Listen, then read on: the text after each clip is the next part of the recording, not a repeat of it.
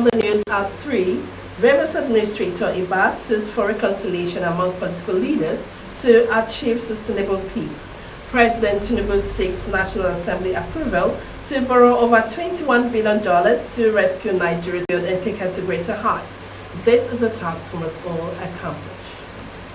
Rivers State Administrator Vice Admiral retired Ibok Ete Ekwes Ibas has called on political leaders to shift their swords and commit to the process of forgiveness and reconciliation in order to achieve enduring peace and development in the state. Vice Admiral Ibas made the call at the special public lecture organized to mark the 58th anniversary of Rivers State at the banquet hall of the Government House in Port Harcourt.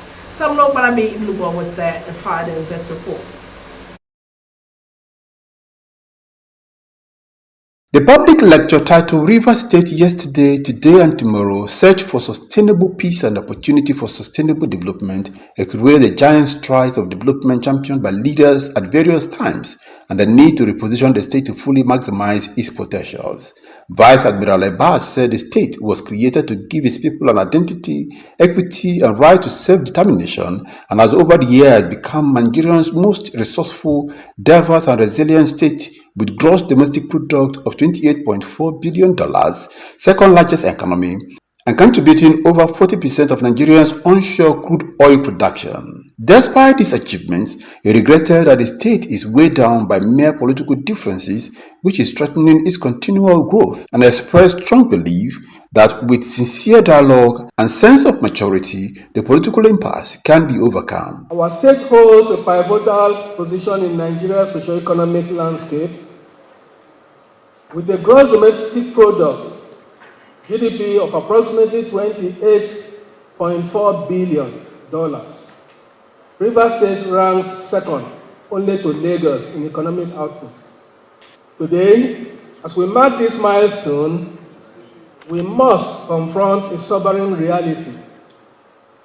Our beloved state is bogged down by political differences that have threatened the peace and progress of the state. Institutions are strained, trust is broken, the very fabric of governance is frayed. This is not the River State we dreamed of. It is not the legacy our forebears fought to build, and it must not be the path we continue to walk. Delivering the lecture, Professor Godwin Okon of the Rivers State University said Rivers State is a pioneer in public broadcasting, leading oil and gas producer with a cultural festival, Canary, that was treasured, and insisted that more concerted efforts should be streamlined to fully harness the potentials of the state. In his welcome remarks, Secretary to the State Government, Professor Bibia Loki Wurika, said the day speaks of the sustained resilience, unity, and unyielding spirit of Rivers people who have remained committed to building a prosperous future. Tamun Nobarabi Iblubo, Rstv News.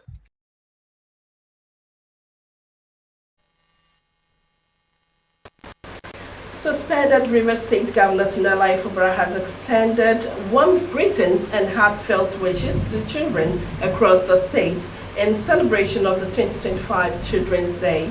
The governor stated, "You, our children, are the most precious treasures we have. Your talents, dreams, energy, and creativity are limitless gifts, waiting to be nurtured and unlocked for the good of our state and our nation." This was contained in a statement issued in Port Harcourt by his media aide, Nelson Chukwudi, and sent to newsmen.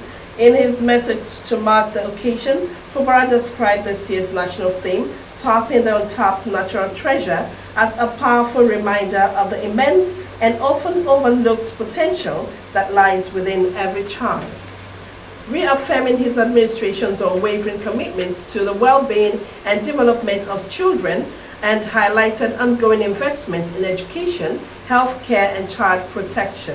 He further said these efforts are aimed at building a future where every child in Rivers State can thrive. Children in the state joined their counterparts across the globe to mark the 2025 International Children's Day celebration. Namdi Olimne reports that the theme for this year's celebration is Children, Our Future and Our Responsibility. His report. Addressing the children, wife of the Rivers State Sole Administrator Teresa Ebas, represented by the Permanent Secretary, Minister of Youth Development, Ruhoma Keje, said the event calls for sober reflection not only on the dreams of children, but also on the sacred duty to nurture those dreams into reality. She said it is a call to action, reminding parents that every child, no matter their background, is a potential leader, and their laughter today is the foundation for a joyful nation tomorrow. According to her, while their future holds promise, the choices made today, including the quality education provided, values instilled, and the protection offered, noting that the responsibility of guiding and empowering them should not be taken lightly. Dear children, you are the heartbeat of Rivers State and the promise of Nigeria's tomorrow. In your eyes, we see wonder, we see curiosity and innovation. In your voices, we hear courage. In your smiles, we find hope. In your dreams, we catch glimpses of a future brighter than we can ever imagine. Presenting the welcome address, Permanent Secretary, Minister of Social Welfare and Rehabilitation, Justina Jumbo, said the purpose of the event is to celebrate the boundless potentials of children and acknowledge their vital role in shaping the future. She said the Rivers State government, through the Ministry of Social Welfare and Rehabilitation, is committed to creating an enabling environment that prioritizes the welfare and development of children. The Rivers State government, through the Ministry of Social Welfare and Rehabilitation, is committed to creating an enabling environment that prioritizes the welfare and development of our children. The ministry, through its Department of Child Welfare, has been working tirelessly to ensure the protection and well-being of our children. Some of our notable efforts include providing shelter, healthcare, education, and support for vulnerable children. Drama presentation, cultural display, march past, and cutting of children the cake added color to the event. Nnamdi Olimini, Rstv News.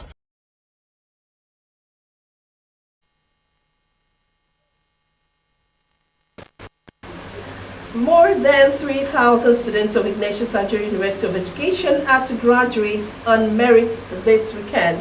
Acting Vice Chancellor of the institution, Professor Okechukwu Onochukwu, stated this at the press conference ahead of the convocation in his office in Rumolumini, Port Harcourt. Gaspar Anele has more.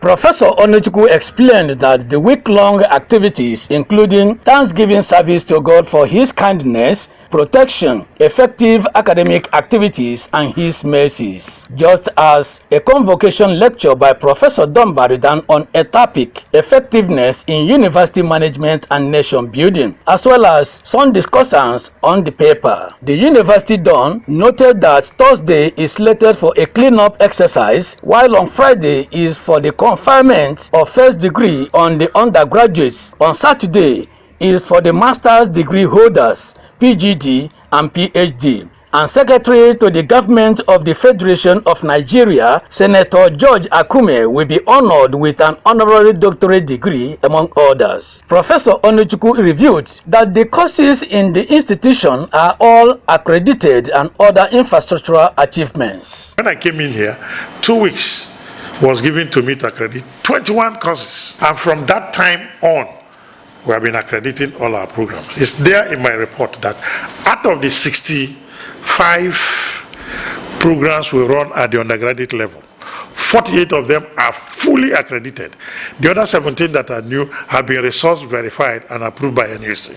So you don't have any problem with accreditation in our university. The acting Vice Chancellor also said that his administration has put measures in place to assist students on ways to pay their school fees and avoid the consequences of not paying. We know that people are differently endowed. I introduced, this instrumental, payment, and I put it to Senate. They agreed we should implement it.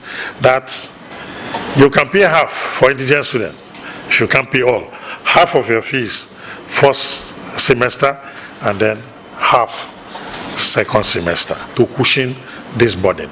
So the idea of no fee, no exam is for people who are not serious. Professor Onichukwu explained the parameter used for the just concluded recruitment of academic and non-academic staff of the institution. The suspended governor approved 1,500 spaces. Out of that, 1,100 is for academic staff. And that 1,100 academic staff, there is no way you can throw in any person to come here, to come and teach. That will kill this place. And we did it on merit. For the non-teaching staff, that was very few. God's Power Anele, Rstv News.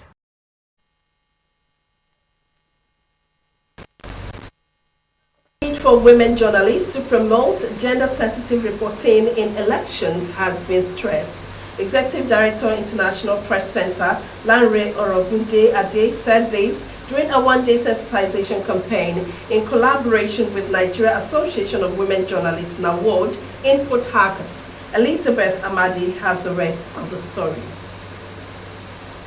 The International Press Center, IPC, and Nigeria Association of Women Journalists, NAWOJ, held a consultative meeting themed Advancing Female Journalists, Impactful Reporting on Women Issues in Election and Democracy. The meeting was aimed at promoting gender-sensitive reporting and amplify women's voices in the electoral process. Executive Director, International Press Center, Lanre Arogundade, emphasized the organization's commitment to strengthening democracy and increasing women's participation in politics. He announced plans to provide training and support to female journalists, enabling them to effectively cover women-related issues in elections and project Nigerian women politicians globally.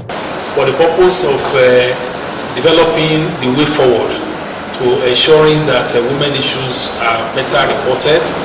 We have seen a situation where in the past, female journalists were able to support female politicians, and they said the support they got from them helped some of them to get elected, which means that female journalists can be vehicles of change. Also speaking at the event, a senior lecturer at the University of Port Harcourt, Dr. Titilayo Osuagu, highlighted the need for women's recognition in politics and encouraged women journalists to promote women in their reports. On her part, NAWOJ National Chairperson Hajia Aisha Ibrahim, represented by the Deputy National Chairperson Dr. Lillian Okonkwo Ogabu, appreciated IPC's initiative and pledged collaboration on women's empowerment and social responsibility issues, stressing that by empowering female journalists, a more inclusive and equitable democratic process would be created. This is basically what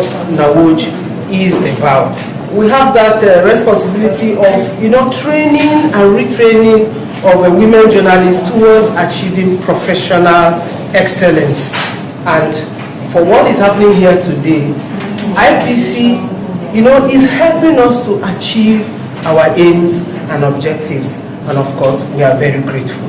The International Press Center, IPC, and Nigeria Association of Women Journalists, NAWOJ, are committed to promoting democracy, human rights, and gender equality through various initiatives and programs. The meeting was attended by NAWOJ officials, media practitioners, and IPC representatives.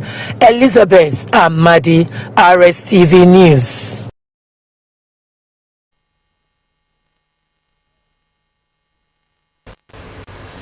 Do you love and care about Rivers State and a peace? Let's build and take it to greater heights. This is a task we must all accomplish. And now still ahead on the news at 3, dozens injured in chaos at Gaza Aid Distribution Center run by US, Israel, and Gulf states, China takes center stage at Summit of Southeast Asian Nations. This and more will come your way shortly after the break. Just stay with us. This is Rstv World News. We bring you world-class news, accurate, first-hand, entertaining, balanced analysis. Rstv Channel 22 Port Harcourt.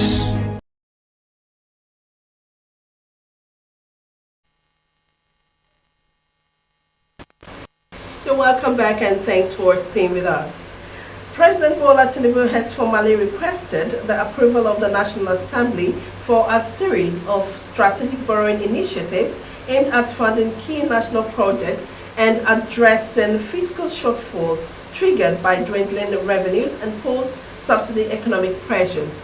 In 3 separate letters read on the floor of the House by Speaker Tajuddin Abbas, the President outlined proposals for the implementation of 3 major financing instruments, which include a $2 billion capital grazing fund, a comprehensive 2025 to 2026 external borrowing plan valued at over $21.5 billion, and the issuance of domestic bonds to offset pension obligations under the contributory pension scheme, totaling 757.98 billion naira.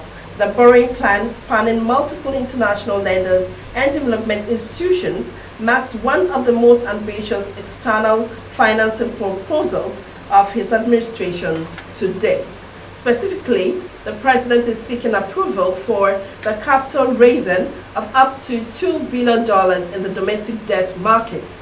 This, he said, was to ensure the implementation of the Presidential Executive Order on foreign currency denominated financial instrument local issuance program, while requesting the approval of the legislative arm for the federal government's 2025 to 2026 external borrowing plan. Meanwhile, President Bola Ahmed Tinubu has once again reiterated the determination of his administration to fight the monster of corruption bedeviling the country to a standstill.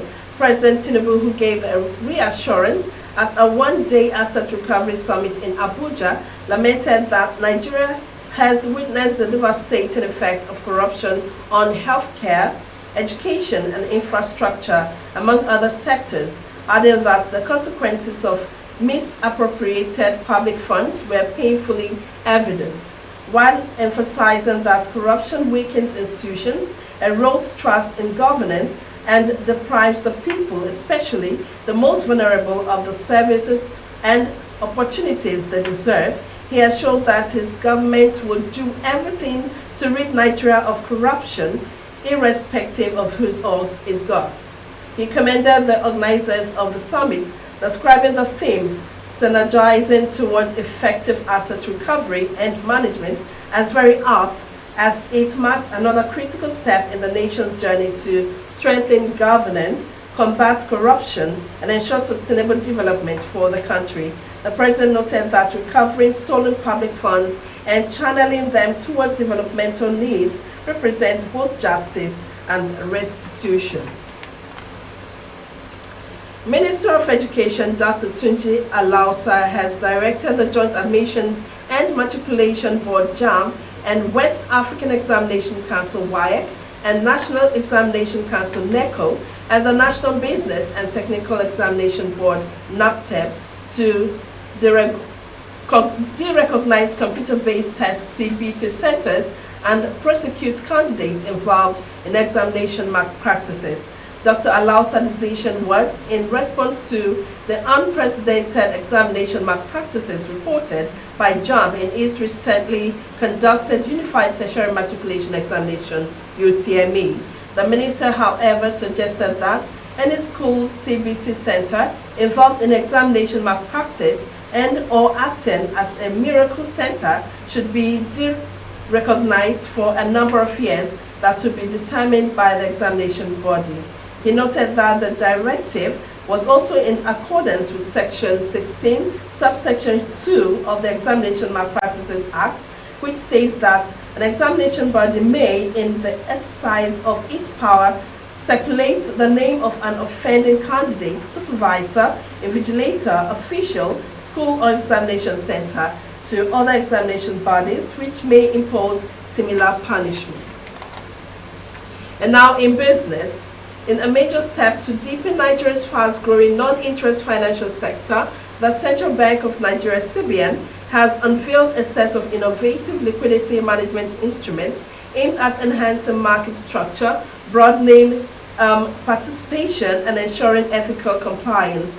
A statement by the bank's Acting Director of Financial Markets Department, Oke Umeno, says the new tools, the Nigerian Non-Interest Financial Institution Master Repurchase Agreement, NNMRA, the CBN Non-Interest Asset-Backed Securities, CNI ABS, and the CBN Non-Interest Notes, CNIN, were formally introduced in a circular dated May 23, 2025. The statement, which was addressed to all non-interest banks, conventional banks with non-interest windows, and authorized dealers, explained that the instruments are part of the bank's broader strategy to deepen the Islamic finance markets and offer more robust Sharia compliance options for liquidity management. It explained that the NNMRA is contractual framework that standardized repurchase transactions in the non-interest segment and is expected to bring greater clarity, risk management, and international best practice to repo dealings among non-interest institutions, while also including the central bank itself as a counterparty. And now on the foreign scene, the UN Human Rights Office says 47 people have been injured in Gaza when crowds overwhelmed an aid distribution center run by a controversial new group backed by the US and Israel. A senior official said the UN was still gathering information, but that most of the injured were due to gunshots from the Israel Defense Forces. Gaza's Hamas-run health ministry said one person was killed and 48 others were wounded. The IDF said it was checking the report. A spokesman said troops fired warning shots into the air in the area outside the Gaza Humanitarian Foundation site in the southern city of Rafah, but that they did not fire towards people. And now the Gulf Cooperation Council, GCC China, and the 10-member Association of Southeast Asian Nations, ASEAN, agreed to chart a unified and collective path towards a peaceful, prosperous, and just future following their meeting in the Malaysian capital, Kuala Lumpur.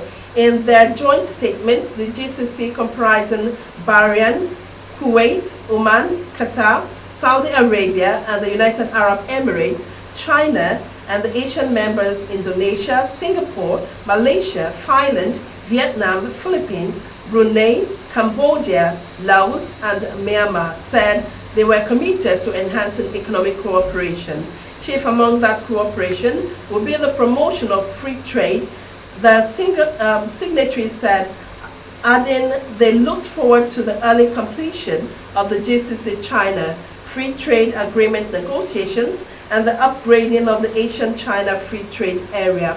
Malaysian Prime Minister Anwar Ibrahim, whose country is currently chair of Asia and hosted the summit, told a news conference that the US remains an important market, while also noting that ASEAN, the GCC, and China collectively represent a combined gross domestic product, GDP, of $24.87 trillion, with a total population of about 2.15 billion.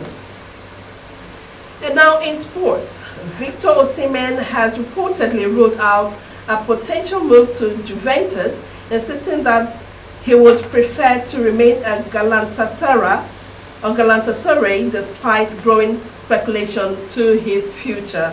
The Nigerian striker, who joined the Turkish champions in a high-profile transfer, has been the subject of intense transfer rumors in recent weeks. According to Galatasaray insider Yakub Sainer, Osimhen has made his position clear when it comes to the interest from the Italian giant. Despite his declaration, Osimhen's future in Istanbul remains uncertain, as he is yet to communicate a final decision to the club. And that sports report wraps up our news bulletin today on Rstv. Do you love and care about River State and IPs? Let's build and take her to greater heights. This is a task we must all accomplish. My name is Ebere Ada. Good afternoon, and thanks for being a part of the news.